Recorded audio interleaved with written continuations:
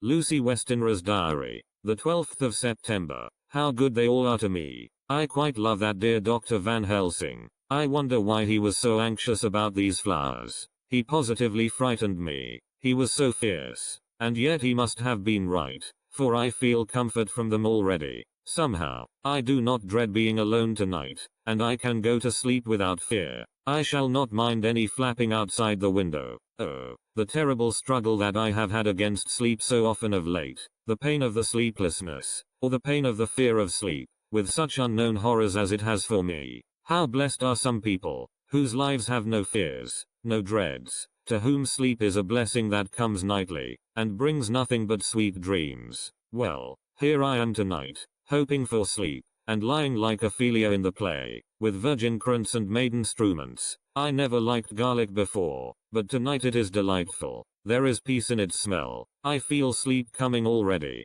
Good night, everybody. Dr. Seward's diary. The 13th of September. Called at the Berkeley and found Van Helsing, as usual, up to time. The carriage ordered from the hotel was waiting. The professor took his bag, which he always brings with him now. Let all be put down exactly. Van Helsing and I arrived at Hillingham at 8 o'clock. It was a lovely morning. The bright sunshine and all the fresh feeling of early autumn seemed like the completion of nature's annual work. The leaves were turning to all kinds of beautiful colors, but had not yet begun to drop from the trees. When we entered we met Mrs. Westenra coming out of the morning room. She is always an early riser. She greeted us warmly and said, "You will be glad to know that Lucy is better. The dear child is still asleep." I looked into her room and saw her, but did not go in, lest I should disturb her. The professor smiled, and looked quite jubilant. He rubbed his hands together, and said, "Aha, I thought I had diagnosed the case. My treatment is working." To which she answered, "You must not take all the credit to yourself, Doctor. Lucy's state this morning is due in part to me." "How you do mean, Mom?" asked the professor. "Well, I was anxious about the dear child in the night, and went into her room. She was sleeping soundly, so soundly that even my coming did not wake her, but the room was awfully stuffy. There were a lot of those horrible, strong-smelling flowers about everywhere, and she had actually a bunch of them round her neck. I feared that the heavy odor would be too much for the dear child in her weak state, so I took them all away and opened a bit of the window to let in a little fresh air. You will be pleased with her, I am sure." She moved off into her boudoir, where she usually breakfasted early. As she had spoken, I watched the professor's face, and saw it turn ashen gray. He had been able to retain his self-command whilst the poor lady was present, for he knew her state and how mischievous a shock would be. He actually smiled on her as he held open the door for her to pass into her room. But the instant she had disappeared he pulled me, suddenly and forcibly, into the dining room and closed the door. Then, for the first time in my life, I saw Van Helsing break down. He raised his hands over his head in a sort of mute despair, and then beat his palms together in a helpless way. Finally he sat down on a chair, and putting his hands before his face, began to sob, with loud, dry sobs that seemed to come from the very racking of his heart. Then he raised his arms again, as though appealing to the whole universe. "God, God, God," he said, "what have we done? What has this poor thing done, that we are so sore beset? Is there fate amongst us still, sent down from the pagan world of old, that such things must be, and in such way? This poor mother, all unknowing, and all for the best as she think, does such thing as lose her daughter body and soul, and we must not tell her, we must not even warn her, or she die, and then both die. Oh, how we are beset. How are all the powers of the devils against us?" Suddenly he jumped to his feet.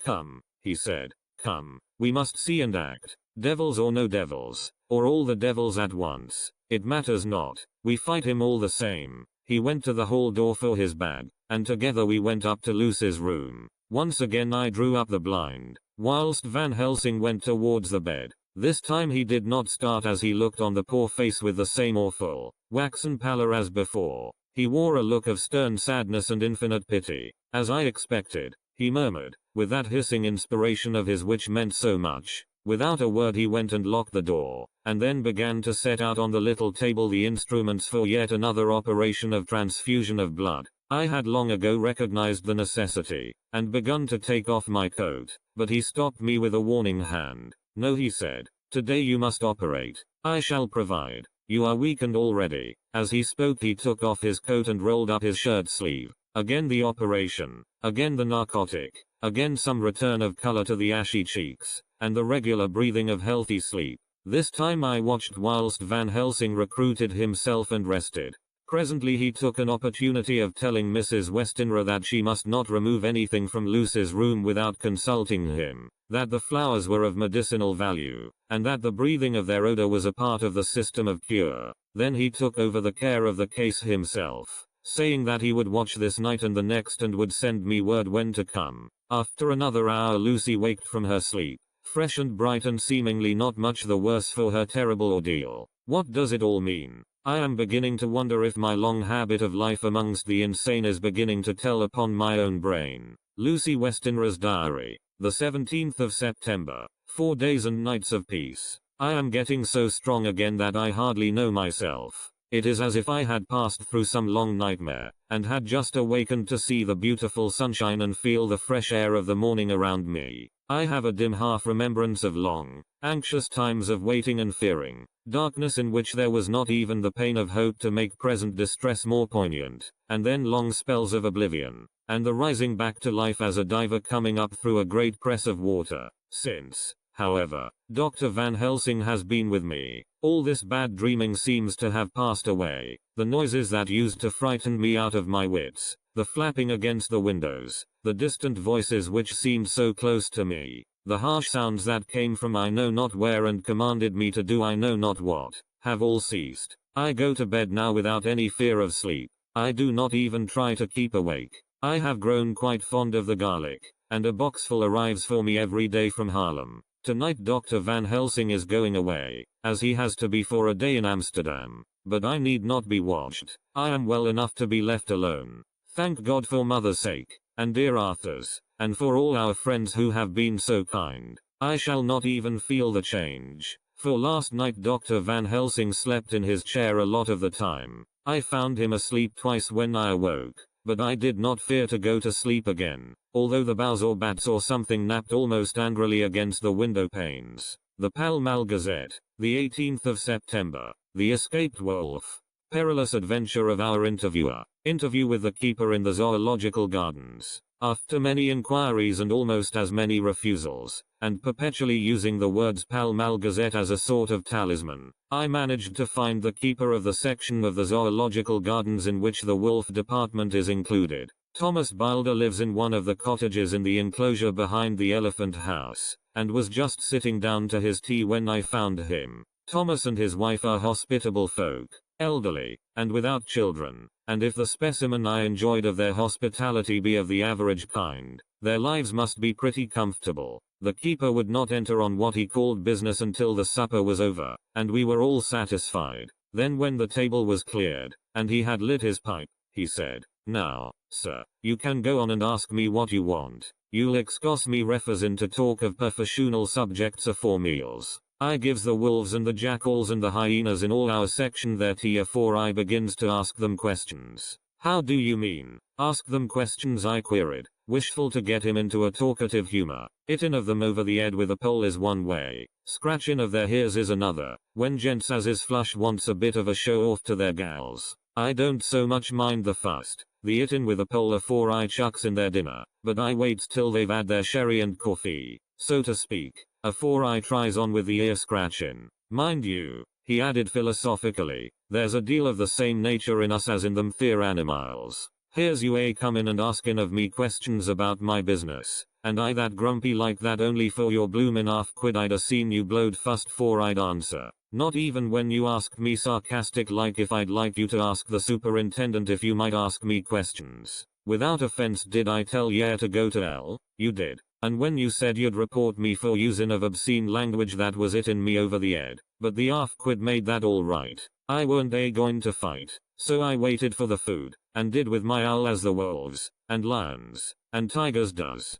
But, law love yer art, now that the old ooman has stuck a chunk of her tea cake in me, and rinsed me out with her bloomin' old teapot, and I've lit hup, you may scratch my ears for all you're worth, and won't get even a growl out of me. Drive along with your questions. I know what yer comin' at. That air escaped wolf. Exactly. I want you to give me your view of it. Just tell me how it happened, and when I know the facts I'll get you to say what you consider was the cause of it, and how you think the whole affair will end. Alright, governor. This air is about the old story. That airwolf what we called Berserker was one of 3 grey ones that came from Norway to Jamratches, which we bought off him 4 years ago. He was a nice well-behaved wolf, that never gave no trouble to talk of. I'm more surprised at him for wanting to get out nor any other animal in the place. But, there, you can't trust wolves no more nor women. Don't you mind him, so broke in Mrs. Tom, with a cheery laugh. He's got mindin' the animals so long that blessed if he ain't like a old wolf myself. But there ain't no harm in him. Well, sir, it was about 2 hours after feedin' yesterday when I first hear my disturbance. I was making up a litter in the monkey house for a young puma which is ill, but when I heard the yelpin' and howlin' I came away straight. There was Berserker a tearin' like a mad thing at the bars as if he wanted to get out. There wasn't much people about that day, and close at hand was only one man, a tall, thin chap, with a hook nose and a pointed beard, with a few white hairs running through it. He had a hard, cold look and red eyes, and I took a sort of mislike to him, for it seemed as if it was him as they was irritated at. He had white kid gloves on his hands, and he pointed out the animals to me and says, "Keeper, these wolves seem upset at something. Maybe it's you," says I, for I did not like the airs as he give myself. He didn't get angry, as I hoped he would, but he smiled a kind of insolent smile, with a mouth full of white, sharp teeth. "Oh no, they wouldn't like me," he says. "Ah yes, they would," says I, imitating of him. "They always likes a bone or two to clean their teeth on about tea time, which you has a bag full." Well, it was a odd thing, but when the animals see us talking they lay down, and when I went over to Berserker he let me stroke his ear same as ever. That their man came over, and blessed but if he didn't put in his hand and stroke the old wolf's ears too. "Take care," says I. "Berserker is quick."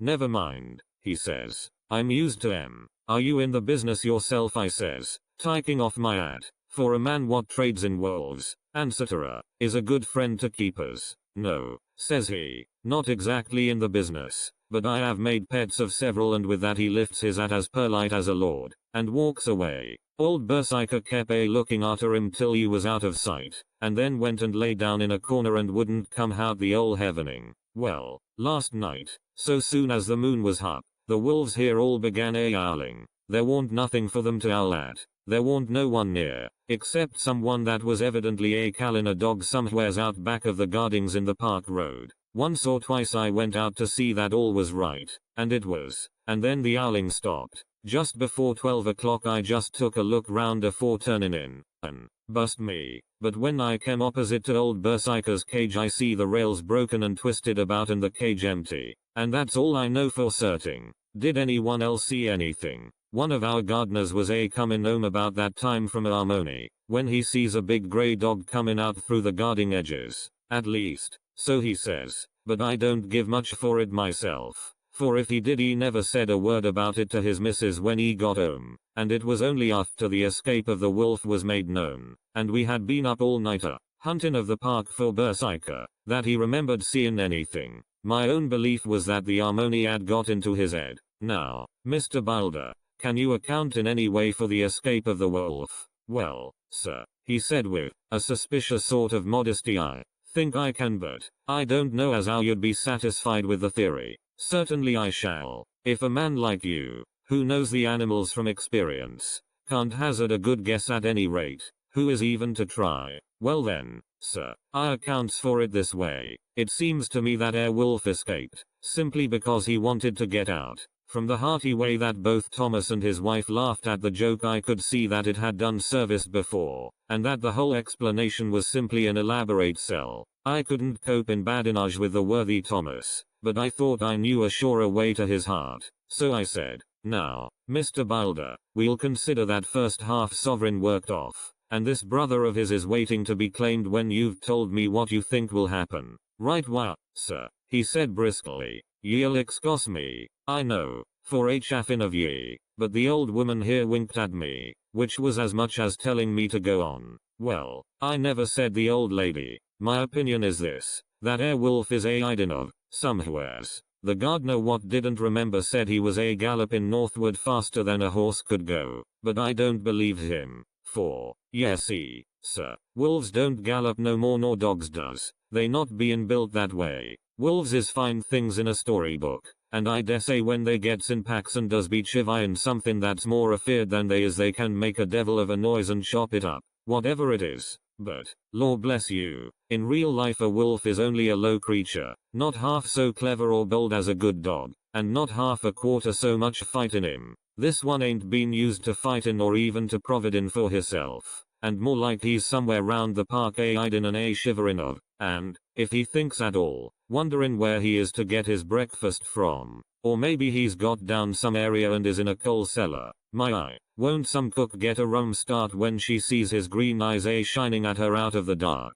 If he can't get food he's bound to look for it, and mayhap he may chance to light on a butcher's shop in time. If he doesn't, and some nursemaid goes a walking off with a soldier, Levin of the infant in the perambulator, well, then I shouldn't be surprised if the census is one babby the less. That's all. I was handing him the half sovereign, when something came bobbing up against the window, and Mr. Bilder's face doubled its natural length with surprise. God bless me, he said, if there ain't old Berserker come back by myself. He went to the door and opened it, a most unnecessary proceeding it seemed to me. I have always thought that a wild animal never looks so well as when some obstacle of pronounced durability is between us. A personal experience has intensified rather than diminished that idea. After all, however, there is nothing like custom, for neither Bilder nor his wife thought any more of the wolf than I should of a dog. The animal itself was as peaceful and well behaved as that father of all picture wolves, Red Riding Hood's quondam friend,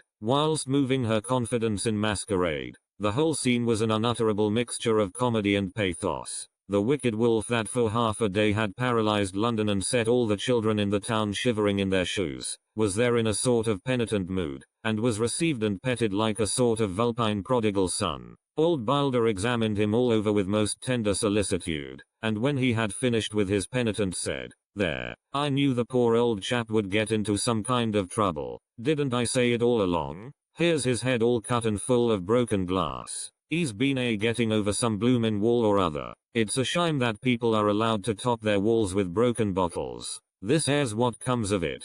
Come along, Berserker." He took the wolf and locked him up in a cage, with a piece of meat that satisfied, in quantity at any rate, the elementary conditions of the fatted calf, and went off to report. I came off, too, to report the only exclusive information that is given today regarding the strange escapade at the zoo. Dr. Seward's diary. The 17th of September, I was engaged after dinner in my study posting up my books, which, through press of other work and the many visits to Lucy, had fallen sadly into arrear. Suddenly the door was burst open, and in rushed my patient, with his face distorted with passion. I was thunderstruck, for such a thing as a patient getting of his own accord into the superintendent's study is almost unknown. Without an instant's pause he made straight at me. He had a dinner knife in his hand, and, as I saw he was dangerous, I tried to keep the table between us. He was too quick and too strong for me, however, for before I could get my balance he had struck at me and cut my left wrist rather severely.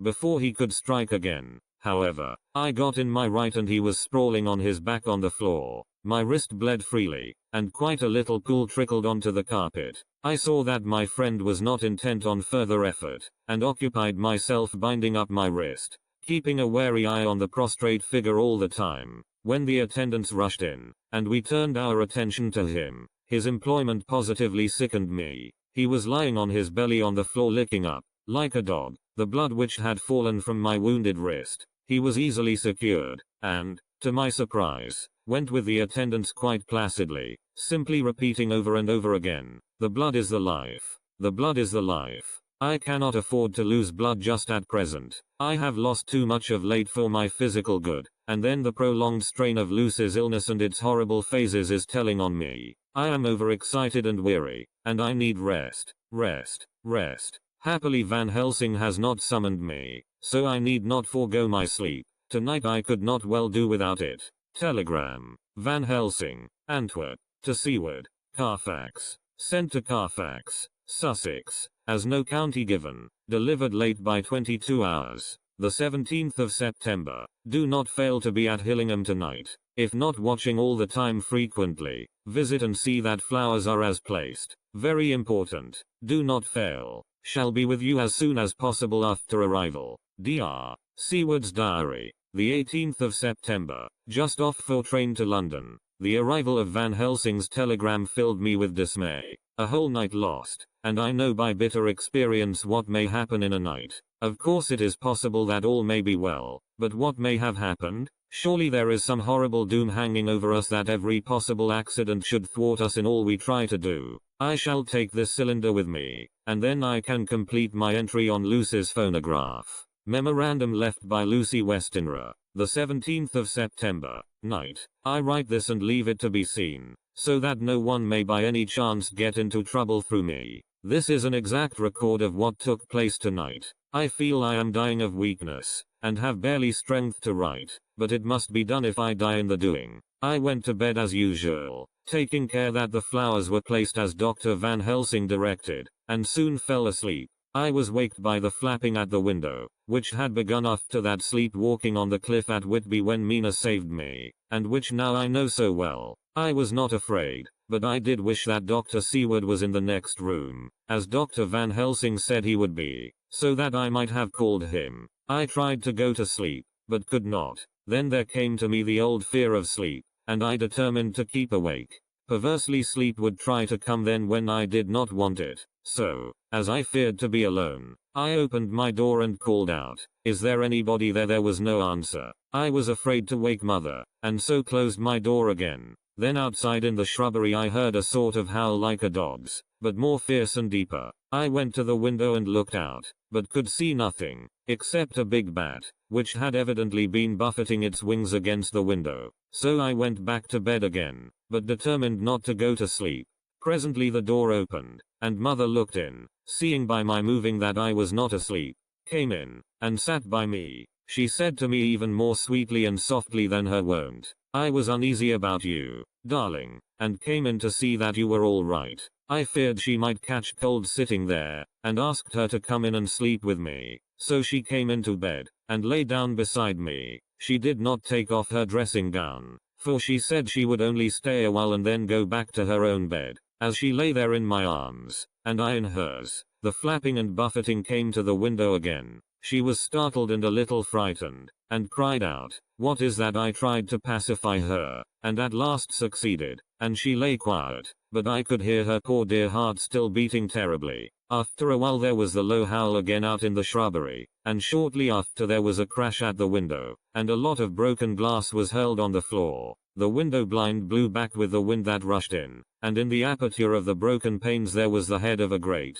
gaunt grey wolf. Mother cried out in a fright, and struggled up into a sitting posture, and clutched wildly at anything that would help her. Amongst other things, she clutched the wreath of flowers that Dr. Van Helsing insisted on my wearing round my neck, and tore it away from me. For a second or two she sat up, pointing at the wolf, and there was a strange and horrible gurgling in her throat. Then she fell over, as if struck with lightning, and her head hit my forehead and made me dizzy for a moment or two. The room and all round seemed to spin round. I kept my eyes fixed on the window, but the wolf drew his head back, and a whole myriad of little specks seemed to come blowing in through the broken window, and wheeling and circling round like the pillar of dust that travelers describe when there is a simoon in the desert. I tried to stir, but there was some spell upon me, and dear mother's poor body, which seemed to grow cold already, for her dear heart had ceased to beat, weighed me down, and I remembered no more for a while. The time did not seem long,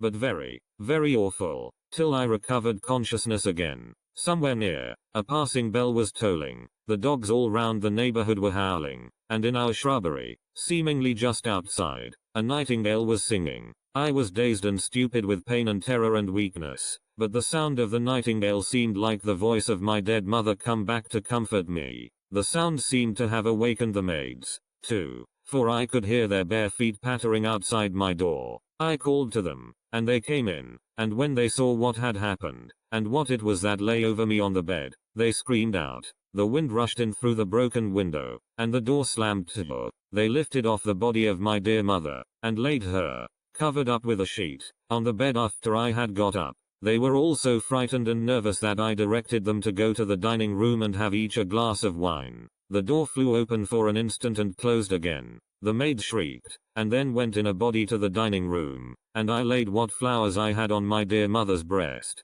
When they were there I remembered what Dr. Van Helsing had told me, but I didn't like to remove them, and, besides, I would have some of the servants to sit up with me now. I was surprised that the maids did not come back.